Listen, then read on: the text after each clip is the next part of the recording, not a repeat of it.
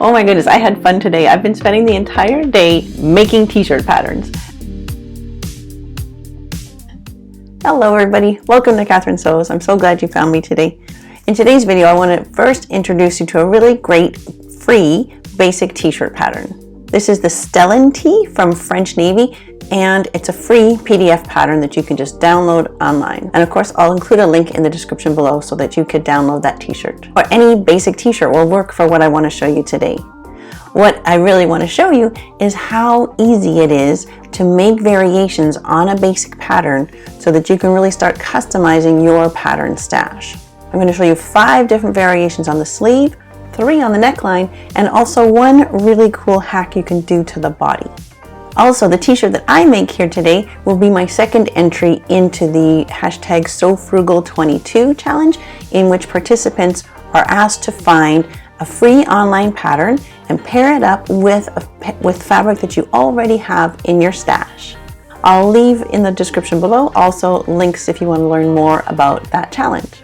So for today's video, I'll be using the free Stellan t-shirt pattern from French Navy, and I'll be using this lilac colored knit that's a rescued donated fabric, so that's perfect for this challenge. So with all those variations, there's no time to waste, so let's get to the details. When I cut my pattern out, I chose my size based on the finished garment measurements. Then I double checked the size by laying a favorite t-shirt down, folded in half, on top of that pattern to make sure that the fit of the size I was choosing is actually the fit that I like. Then, before cutting out on my size line, I layered underneath the pattern a few layers of pattern paper, or in this case, gift wrap, so that when I cut out exactly on my size line, I automatically had multiple copies of the pattern.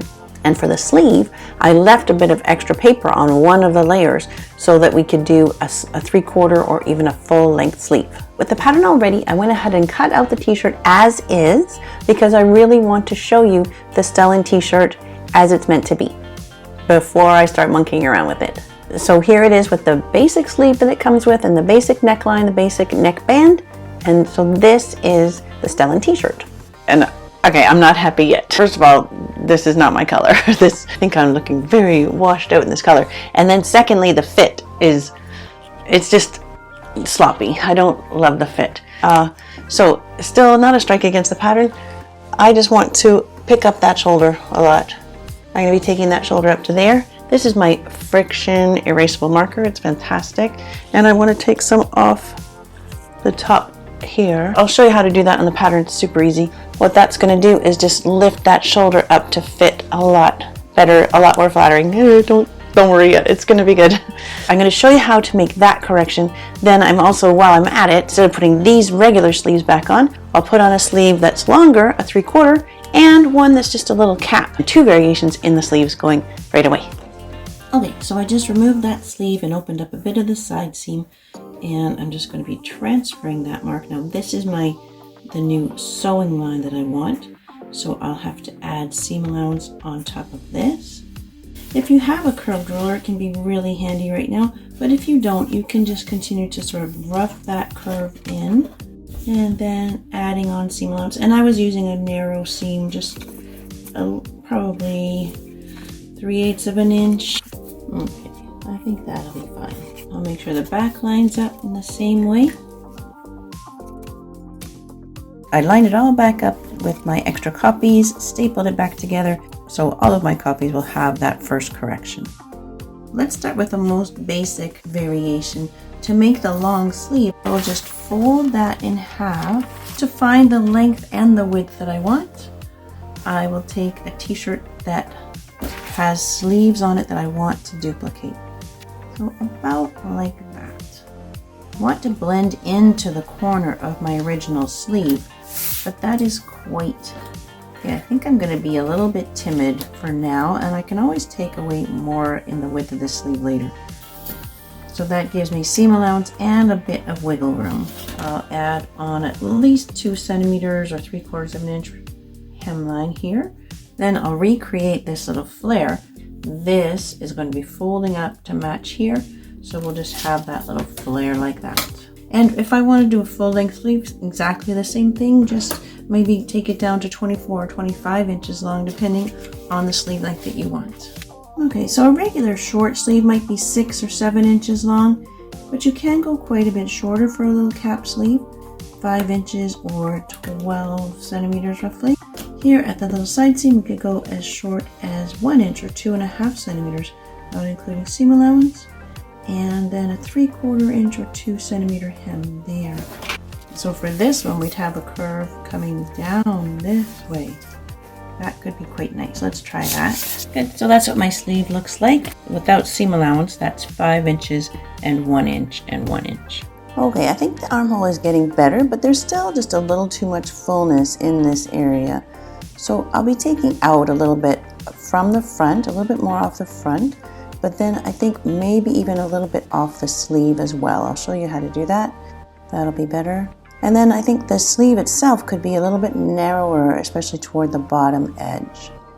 The cap sleeve just has a little too much fullness in its bottom edge as well. So I'll be pinching out about 3 little pinches to bring in that bottom edge without changing the top edge at all. I'll show you how to do that. But for the long sleeve, I think instead of redoing this same sleeve, I'll do a variation here. I'll cut it off right about there and then play around with adding a ruffle.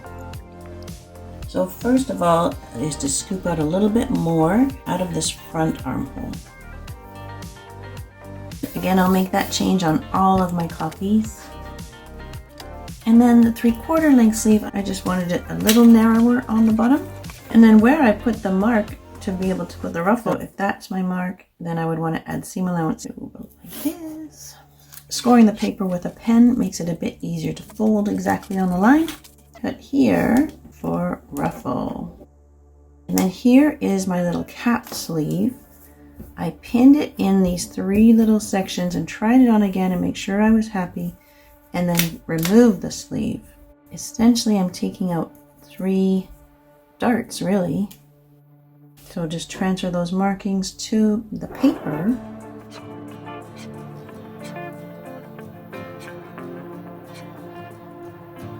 And then I'll fold on one line and bring it over to the other line. Get that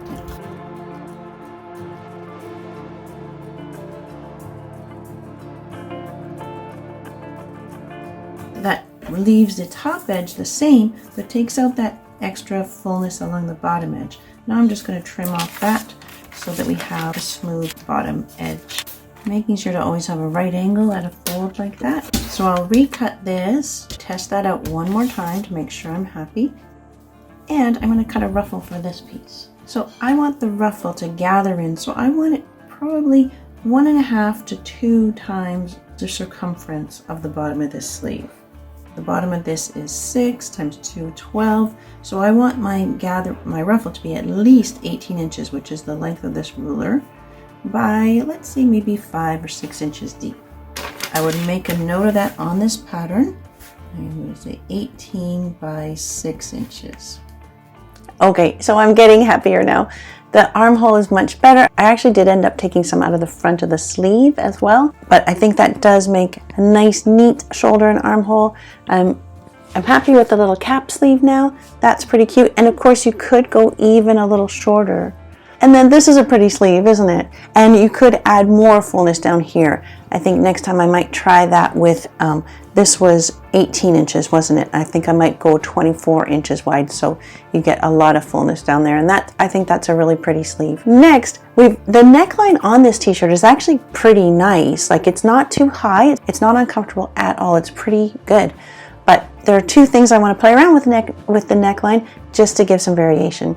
First is that I'm going to be adding in seam allowance to actually make it a little bit closer, and then add in a turtleneck. That might be nice, and I might try that in a sleeveless variation. And let's try to add a little puff to the sleeve here. So I'll show you how to add fullness. We've already taken fullness away from the bottom. It's almost the same idea. We're going to be slashing and spreading the sleeve pattern to add fullness to the top edge of the sleeve. That'll be pretty cute. I think that'll be nice with the turtleneck, or with the turtleneck you can go sleeveless too, which is also a very nice look. So I made a copy of the cap sleeve because I was really happy with that. For the first version of the cap sleeve, we already had 3 lines where I took out width at the bottom here. And then I just added 2 more lines in between those. We just want 3 areas where we're going to be slashing this pattern from top to bottom. And of course, when I say slashing, I mean cutting neatly. And you cut till almost the bottom edge. We just want to keep a little bridge together at that bottom edge. I'm placing it onto this brown packaging paper just so you can see better what I'm doing.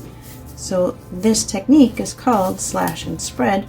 So you'll just spread out the top the amount of fullness that you want to add. They should be pretty even. So I'm just going to start by taping down the first piece. That looks like a good amount. So average, I'd say I want to spread about 1 inch on each piece. Having a tape dispenser like that is indispensable.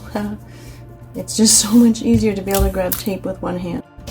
And it's more environmentally friendly because I'm not throwing out a plastic case every time I go through a roll of tape. Okay, so there's the width, but I can also add a little bit of height. I have to connect these bits anyway, and they just connect more easily if you're adding in a bit of height. The height also allows your puff sleeve to come up before it goes down, right? That height is beneficial. I just want to kind of rough in a good line here.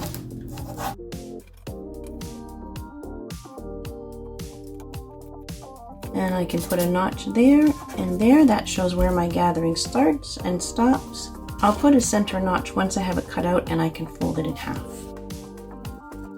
So let's see how that looks with our turtleneck. So to add seam allowance, I have to make another copy of this pattern.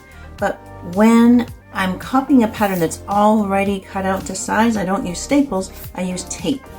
And then when I cut it away, the tape just falls away. So this is the center back and the center front right touching each other, so that that's just one cut in between that makes that cutting easier as well. And on the center front, I've roughed in up, going up 1 inch, and on the center back, I've come up 3/4, and I've come in 1/2 inch on both shoulder seams. Even with a curved ruler, I like to rough it in first. It just gives me a better line to try to follow, and always make sure you've got right angles at those centers, otherwise you'll have a point or a V. And for the turtleneck, I'll cut a rectangle that's about 16 inches by 12 inches. 16 across and 12 up and down. Okay, so now I think we're really getting somewhere. Even the color is starting to grow on me. I'm still not 100% sure, but I do like the turtleneck. But one thing I'm noticing is I'm still seeing that seam line there. So that just tells me to add another 1/2 inch, probably to the sides and the center front of the front piece. Another 1/2 inch closer in with the neck, just so you don't see that seam. I love the little puff cap sleeve. I think that's really a pretty sleeve. I'm in love with that. I also like the sleeveless though too. If I was going to go sleeveless, I'd bring the shoulder in a little bit more. I just think it's a little bit more flattering when it's cut in a little bit more. So maybe another 1.5 inches off of that shoulder seam. Okay, so there are still a few things I want to show you. I know this video is getting too long, but I'm kind of like on a roll now and I'm super excited about all these variations. I'm also super excited that I'm building like a library of pattern pieces that I can make any knitted top that I want to. I should have done this years ago. This is great to have all of these pattern pieces based on a top that I know fits me. This is great. And there's the turtleneck with the armholes cut in quite a bit. And I think that's a really beautiful look. That's very elegant, perfect under a jacket as well.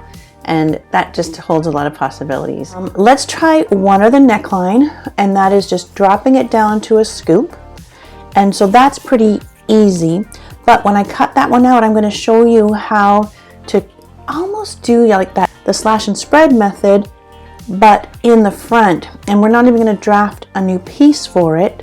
I'm just going to show you how you can cut it out in such a way that gives you gathers across the front there. Really pretty. That if I'm going to be scooping this neck lower, then I need to decide how much lower. So I can either take my friction pen and just draw a new neckline, and that works great, or I can measure. So let's say I want that 4 inches lower. That's easy, right? Let's do that.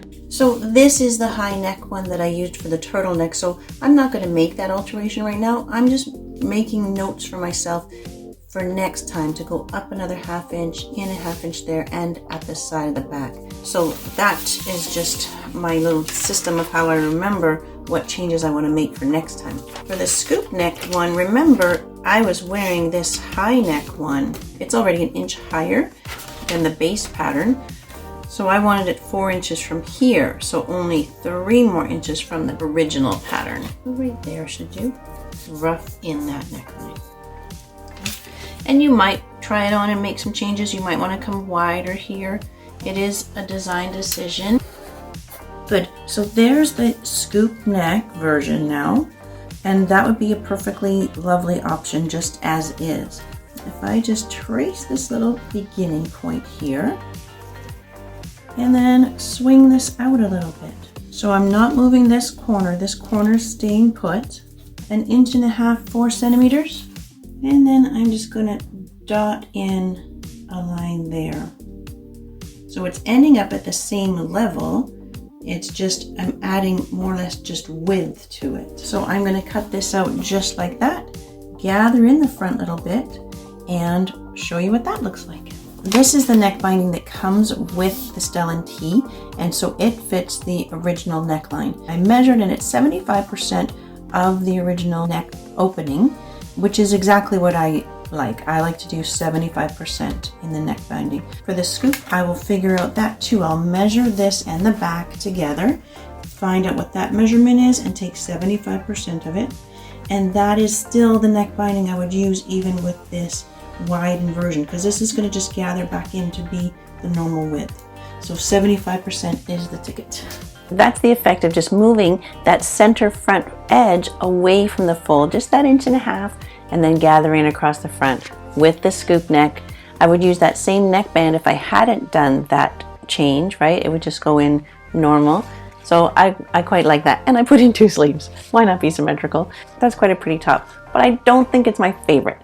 I'm going to show you which one's my favorite, and you let me know in the comments below which one is your favorite. Which of the variations of the sleeve and neckline did you like the best? This one is definitely my favorite. I feel super comfortable in this. The color has even started to grow on me, but the little cap sleeve with the puff, the turtleneck, the nice, neat and easy fit, I think this is just great. Once you have the pattern and you like the fit, you can just make any variation, and it's just so worth spending a day like I did and just doing all kinds of different pattern drafting, all kinds of variations, and then you just make whatever you want. It makes it so much fun and so easy. So I still have more variations in mind that I'd like to show you, but I know this video is getting way too long.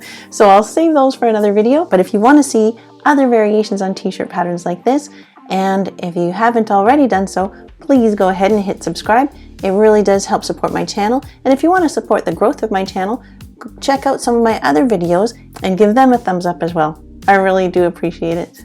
These are the plaid pants that I made in my last video for my first entry into So Frugal 22.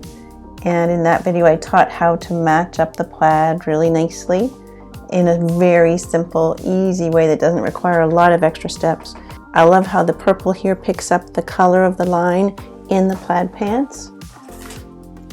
And of course the pants were also a free pattern online. I'll leave a link to the pant pattern as well.